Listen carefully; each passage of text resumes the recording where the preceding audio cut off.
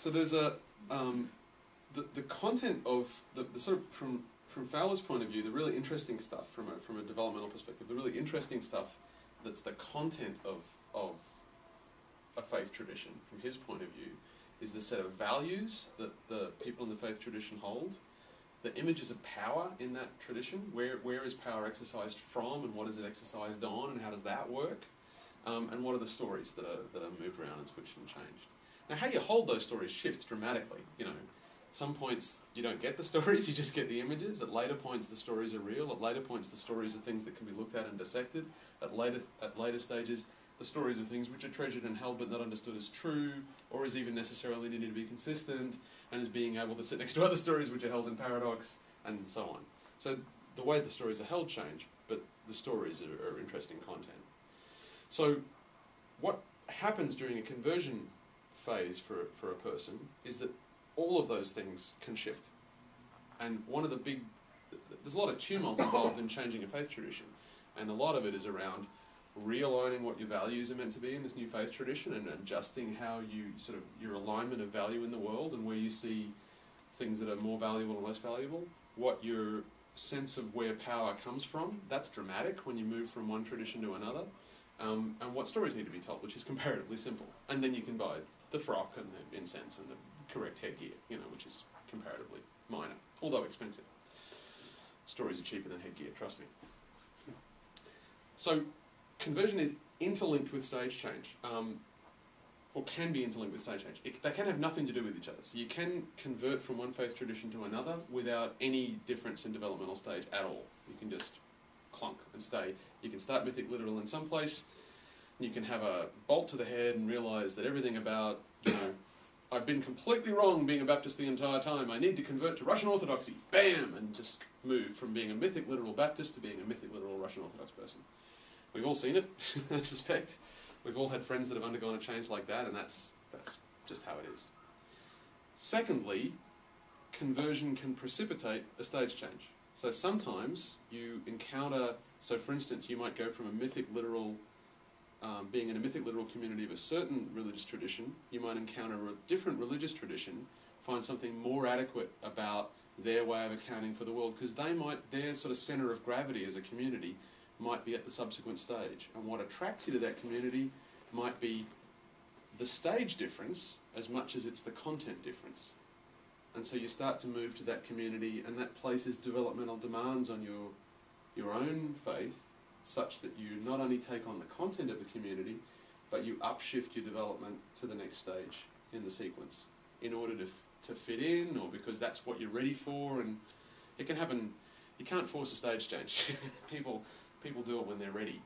But sometimes for some people, they navigate a stage change by a sequence of conversion experiences, because you find another community that articulates things from the stage you need to move to, and by stepping into that community and changing your content knowledge, you're also hanging out with a bunch of people that see the world from a more mature stage and are able to articulate that, and that helps to draw you into and mature that stage in yourself. So stage changes can precipitate conversion. Conversion can precipitate stage changes. They can be completely unconnected.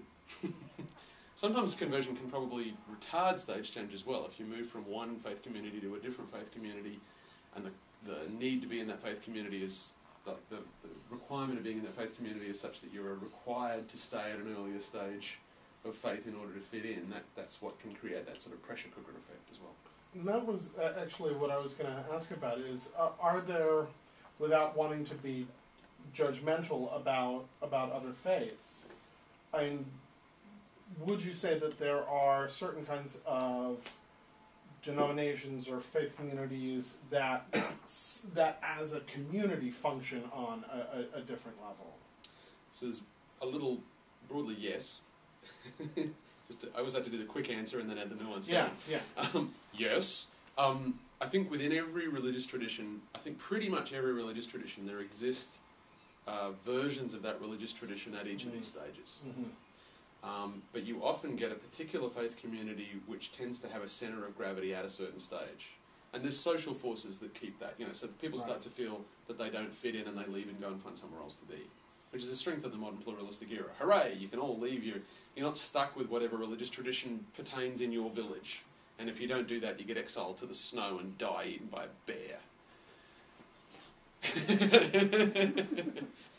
Now, if you don't fit within your faith community, you can walk half a kilometre down the road and find a different faith community. Go right ahead, go nuts, it's crazy, whatever you want to do. So, and I think the two things are codependent to some extent. It's perhaps in earlier eras, communities had a broader range of the developmental spectrum in them, because you couldn't go anywhere else. You had to kind of hang out together. You had to kind of make it work. But now, in a city like, I'm fond of saying, in a city like Sydney, we have the entire history of Christian schism and Buddhist schism and Hindu schism all in the back alleys of Sydney. You can go and find any stripe of anything. And freaky Vietnamese? Yeah, Cow Dai people if you want. And there's probably Reformed, Orthodox and Progressive Cow Dai people if you look hard enough, So, yeah, I think it's the interaction between the individual stuff and the social forces and the collective stuff, the cultural stuff in the community that really, that's a big part of the dynamics of this, is how the individual's own development kind of interlocks and interacts with the development of the community. So the last little piece in that is what Fowler calls, actually this isn't Fowler's term, this is a Michael Washburn term, who's another developmental spiritual writer. Washburn talks about regression in the service of transcendence, and I think it's a lovely term. And this is particularly the case with something involving a conversion experience. We form, I said in some of those earlier slides, we form our earliest images of the holy at pre-verbal stages. We form pre-images of the holy at pre-verbal stages, and we form some of our earliest images of God and of the divine or of transcendence at those early stages, and we build early stories, and there's a richness that comes at that. Those early images are most richly connected to our youngest, deepest aspects of ourselves, the place where all the emotion and the sort of deep upwellings of feeling live. And one of the things that happens in a conversion experience is you kind of let go of all those stories and images, in Fowler's terms. That's the content of the faith. So if you grow up Catholic, and then at some point in midlife you become a Buddhist, you've kind of left behind all those images of Catholicism, all those pictures and stories that you really spent time kind of laying in there as a kid. And as a Buddhist, you've kind of got to learn a whole bunch of new ones. And there's a complex process there of trying to draw out some of the stuff that you might have had from some of the, maybe saints and images of prophets and stuff from your Christian tradition, and kind of weaving them in with, bodhisattvas and devas and whatever from the Buddhist tradition. And maybe sort of finding some way to patch that and make that work. It's difficult, it's complicated stuff to do. Then, if at a later point in life, you've moved from Buddhism back to something like the AJC or to Gnosticism, ecclesiastical Gnosticism in a more general sense, then you're letting go of all the Buddhist stuff, and you've done certain elements of faith formation in the Buddhist tradition, and now you're trying to reform it in a different kind of Christian tradition, which in some ways connects to your Catholic past and in some ways doesn't, and it sort of misses the Buddhism and somehow gets that, and it's a painstaking amount of work to try and weave all this together. So the regression in the service of transcendence idea is to acknowledge that we're holding all these prior stages of ourselves in ourselves, and the part of the work of moving through faith development is to, okay, I'm just going to go to the next slide because it's pretty.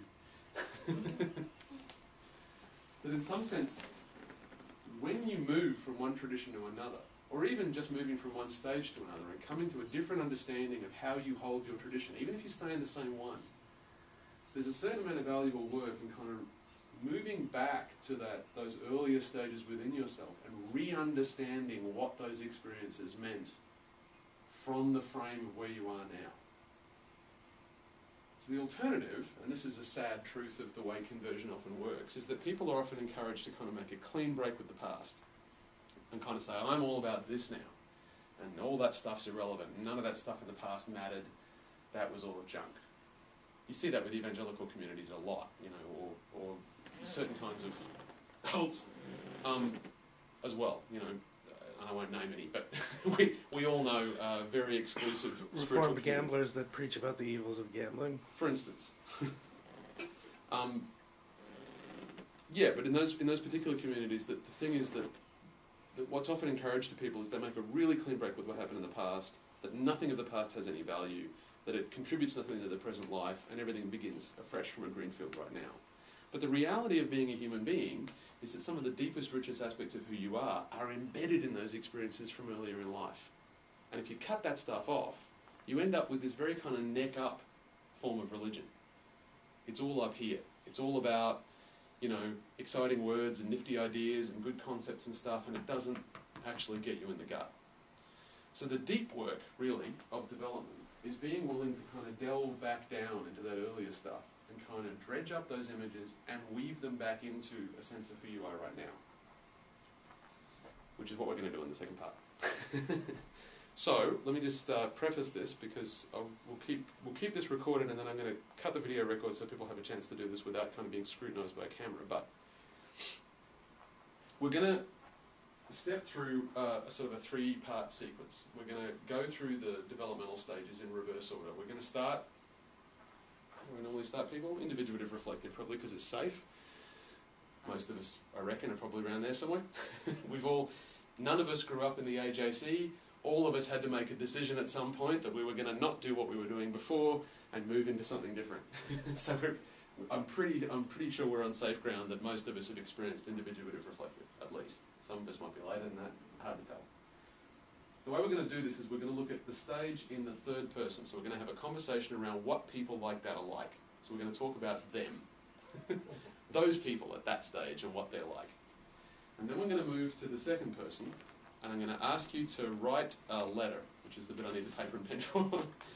I'm going to ask you to write that person a letter that you can think of. So think of someone in your life or someone in your past, or if you can't, think of some earlier stage of you. And I'm going to ask you to write them a little letter. Like, what is it you want to say to them? What is it you want to remind them of? What is it you want to pick out from their experience that might be important? The third stage the third step for each of these stages is I'm going to ask you to inhabit a first-person perspective on that stage, and we're going to use a technique called voice dialogue to help coach you into that, which Brain might be familiar with. Wavell's eyebrows, maybe not. Possibly. We're going to use a little technique called voice dialogue to help you inhabit a first-person perspective on that stage in yourself, and I'm going to ask you to talk about how that is for you. And then I'm going to get you to write some notes on that if you want it, and then we'll move to the next stage down. We'll keep going until we get to the bottom. And that will be the afternoon. That'll take a lot.